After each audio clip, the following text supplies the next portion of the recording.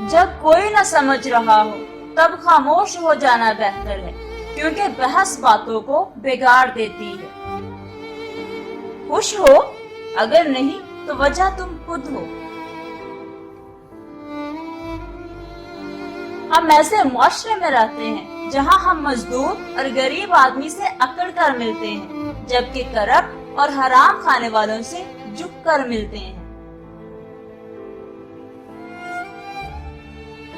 پانی اور نماز ایک جیسے ہیں۔ پانی محتاج نہیں پینے والوں کا، اور نماز محتاج نہیں پڑھنے والوں کی۔ دونوں کے لیے پیاس ضروری ہے۔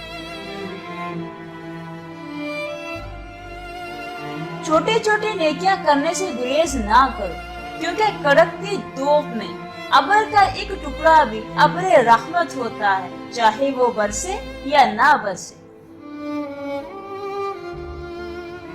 ہر مسئلے کا حل موجود ہے، سوائے اس کے جسے انا کا مسئلہ بنا لیا جائے۔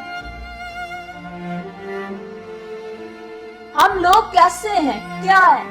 ٹھنڈے کمروں میں ٹھنڈی مشینوں میں رہ کر ہمارے دماغ غصہ ابلتے ہیں۔ باہر کے ملکوں کے اعلیٰ کپڑے پہن کر ہم اپنے ملک کا شکریہ ایسے ادا کرتے ہیں کہ اپنے ملک کی ہر چیز کو برا کہتے ہیں۔ جب ہم تعلیم حاصل کر لیتے ہیں تو پھر ہم کسی کی رائے سننا پسند نہیں کرتے۔ سیاست میں یا سائیکل پر کسی بھی سمت میں نکل جائیے، آپ کو ہوا ہمیشہ مخالف سمت ملے گی۔ والدین پر اتنا یقین رکھیں جتنا دواؤں پر رکھتے ہیں۔ تھوڑے کڑوے ضرور ہوں گے پر تمہارے فائدے کے لیے ہی ہوں گے۔ کامیابی کا سب سے بڑا فائدہ یہ ہے کہ لوگوں کے مشورے نہیں سننے پڑتے، جبکہ ناکامی کا سب سے بڑا نقصان یہ ہے ہمارے لیے ساری دنیا افلاطون بن جاتی ہے، اور یہ مشورے حالات میں سلجھاوے سے زیادہ انسان کو شرمندہ کرنے کے لیے دیے جاتے ہیں۔ سنا ہے ایک مولانا ممبر پر کھڑے خیرات کے فضائل بیان کر رہے تھے۔ دیکھا کہ پچھلی صف میں ایک سیٹھ اتنا متاثر ہوا کہ مارے رگ کے زاروں قطار رونے لگا۔